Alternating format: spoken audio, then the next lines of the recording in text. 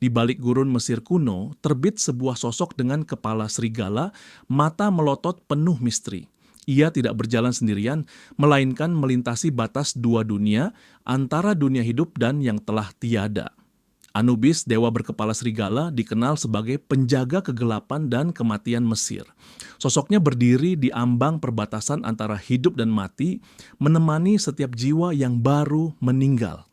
Dalam naskah kuno dikisahkan, jiwa yang baru wafat disambut Anubis yang memimpinnya dari tempat peristirahatan terakhir menuju aula kebenaran. Begitulah legenda Mesir menggambarkan tugas mulianya mengawal arwah melewati lorong-lorong sunyi dunia bawah. Dalam tradisi Mesir kuno, Anubis bertindak sebagai pelindung jenazah dan pendamping terakhir manusia menuju akhirat. Patung-patung dan relief kuno sering menunjukkan ia membelah kegelapan dengan obor gaib, berdiri tenang di pemakaman raja dan rakyat biasa. Dalam malam tanpa bintang, bayangannya menuntun sang arwah melewati labirin Duat. Suaranya senyap, namun namanya menggema dalam bisikan prajurit di gurun dan pendeta di kuil.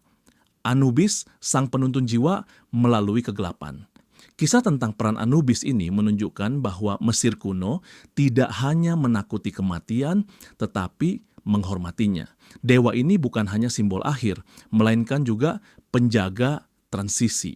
Ia berdiri bukan untuk menutup pintu, melainkan membukakan gerbang ke alam berikutnya. Sebab dalam kepercayaan mereka, kematian hanyalah pintu lain yang harus dilalui dengan bimbingan suci. Bagaimana Anubis lahir ke dunia, kisah asal-usul Anubis diliputi teka-teki dan legenda yang beragam. Beberapa sumber tertua menyebut ia adalah putra dewa matahari Ra dalam mitologi Firaun kuno. Namun seiring berjalannya waktu, versi-versi lain bermunculan. Dalam mitos klasik, Anubis sering disebut sebagai anak Dewi Nephthys yang melahirkan tanpa hubungan resmi dengan Set atau bahkan dengan Osiris sendiri. Nephthys, putri Nut dan Geb, dihormati sebagai ibu sang penjaga kubur. Suatu cerita legendaris dari Plutarkus menceritakan rahasia kelahiran Anubis secara dramatis. Dikisahkan Nephthys yang menyamar menggoda Osiris, lalu melahirkan Anubis dalam kelabu rahasia. Karena takut saudara-saudaranya, ia membuang bayi itu. Isis, adik Nephthys yang mulia, kemudian menemukan dan memelihara sang anak sebagai anak angkat. Dengan sinis Abu Bayu, pembawa kabar gelap, kisah ini berkata, Nephthys lahir Anubis dalam rahasia malam, ia membiarkan serigala menyusui bayi yatim yang tak berdosa. Begitulah guru legenda mengatakan, Anubis tumbuh di bawah sayap Isis. Namun catatan-catatan lain menegaskan lagi bahwa orang tua Anubis tidak tunggal. Beberapa tradisi bahkan menyebut ia adalah anak dewa Set, dewa kekacauan itu. Ada pula yang mengatakan Anubis adalah putra Osiris dan Isis, kelak bersaudara dengan Horus. Kenyataannya mitos-mitos kuno menaruh Anubis di tengah berbagai asal-usul. Ia dapat lahir dari dewa matahari Ra, atau dari Nephthys dan Set, atau dari Osiris dan Isis.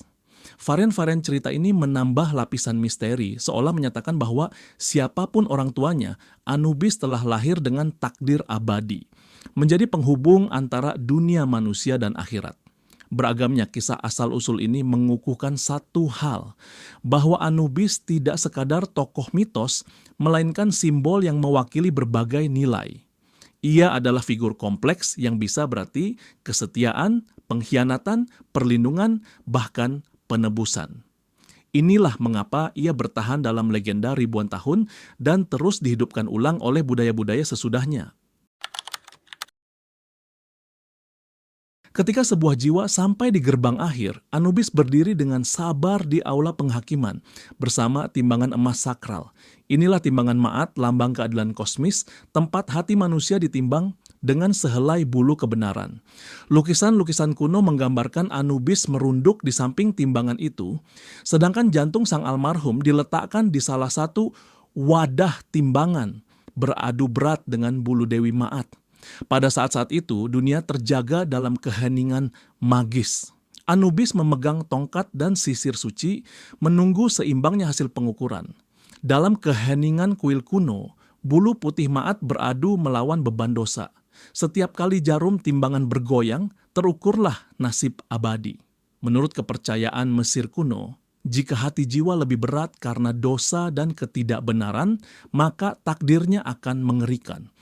Amit, sang pengunyah hati dengan wajah buaya dan tubuh singa hipopotamus, siap melahap hati tersebut. Di sanalah penimbangan itu menentukan apakah jiwa manusia layak menikmati damai di Aaru atau lenyap dalam ketiadaan terkutuk. Ilustrasi mitos menggambarkan saat petaka itu terjadi. Jika hati lebih berat dari bulu Maat, Amit melahap hati si mati, meniadakan keberadaannya selamanya. Sebaliknya, hati seimbang atau lebih ringan memberikan kebahagiaan abadi. Sang arwah yang jujur dipersilakan menyeberangi sungai Lili dan memasuki padang Rits, ladang takdir di alam baka. Begitulah Anubis memainkan perannya sebagai penjaga timbangan jiwa, tugas suci yang menghantarkan setiap manusia ke ujung takdirnya. Peran Anubis di sini bukan sekadar teknis tetapi spiritual. Ia adalah simbol keseimbangan antara kebaikan dan kejahatan dalam diri manusia. Ia hadir sebagai saksi netral, bukan penghukum, melainkan penjaga hukum ilahi yang tak bisa diganggu-gugat. Ia membuat kita bertanya, seandainya hati kita ditimbang hari ini, kemana arah jarum timbangan akan bergerak? Warna kehitaman yang menyelimuti Anubis bukan tanpa makna. Kulitnya yang hitam legam seringkali ditafsirkan sebagai lambang kegelapan kematian, namun sebenarnya mengandung paradoks kehidupan. Sesungguhnya hitam di Mesir kuno bermakna subur dan kelahiran baru. Tubuh dan kepala serigala Anubis dilukis berwarna hitam kelam, mencerminkan perubahan jasad yang telah diawetkan, seperti sisa-sisa tubuh yang terbalut resin dan garam pengawet. Warna hitam ini mengingatkan bangsa Mesir pada lumpur subur sungai Nil yang menghidupi tanah tandus, karenanya juga melambangkan kesuburan dan kemungkinan kebangkitan kembali. Dewa lain seperti Wepawet terkadang digambarkan berwarna abu-abu atau putih, tetapi Anubis kokoh dengan nuansa hitam, pekatnya. Hitamnya bumi membawa janji musim gugur yang subur.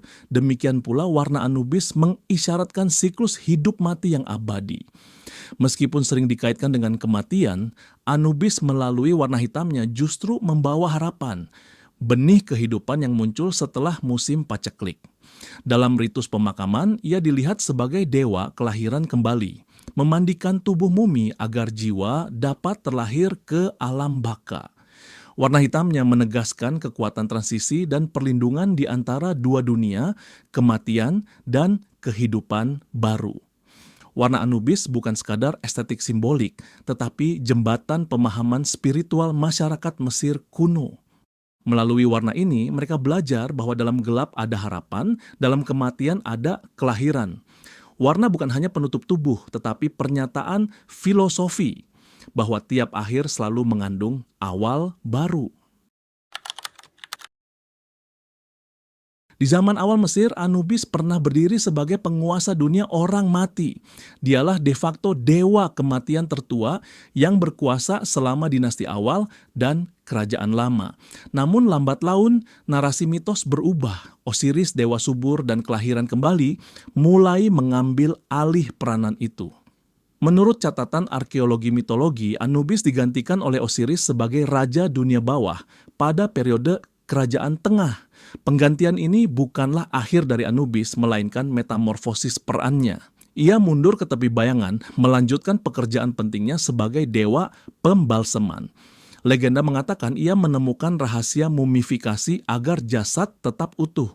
Kini Anubis terlihat di kuil-kuil sebagai arsitek abadi pembalseman, melumuri tubuh raja-raja dan memimpin upacara pembukaan mulut, membebaskan jiwa dari perbudakan dunia fana. Takdirnya bergeser dari singgasana gelap menjadi dalang di balik tirai ritual suci. Anubis tetap menjaga kekudusan tubuh bagi para arwah. Dalam setiap lapisan perban dan setiap tetes minyak kanopi, namanya tetap terukir sebagai pelindung akhirat meski di balik Osiris yang baru berkuasa. Transformasi ini menunjukkan bahwa Anubis tidak dikalahkan oleh waktu, tetapi justru menyesuaikan diri dengan perubahan zaman. Ia tetap hadir dalam setiap aspek kematian yang sakral, meskipun dalam peran yang lebih tersembunyi. Dalam diamnya, ia menjaga agar tradisi suci tetap hidup, membuktikan bahwa kekuatan sejati tidak selalu berada di atas takhta. Meski sejarah mengangkat nama Osiris, Anubis tak pernah benar-benar pergi. Waktu telah berganti, namun ia tetap hidup dalam bait-bait puisi, relief kuno, dan imajinasi jutaan orang. Sosoknya muncul dalam sastra dan seni modern sebagai simbol mistik abadi.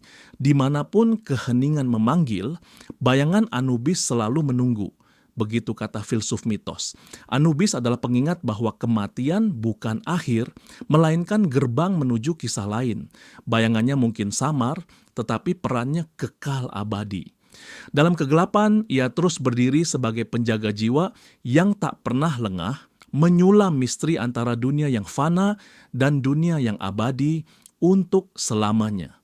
Kalau kamu merasa video ini membuka mata tentang dunia setelah kematian menurut orang Mesir kuno, jangan biarkan pengetahuan ini berhenti di kamu saja. Subscribe agar tidak ketinggalan kisah-kisah mitologi lainnya. Like kalau kamu suka cara kami bercerita, dan tulis di kolom komentar. Menurutmu, apakah Anubis hanya dewa kematian atau penjaga harapan yang tersembunyi? Bagikan video ini ke teman-temanmu yang suka mitologi, sejarah, atau sekadar ingin tahu bahwa dewa tidak selalu harus duduk di takhta.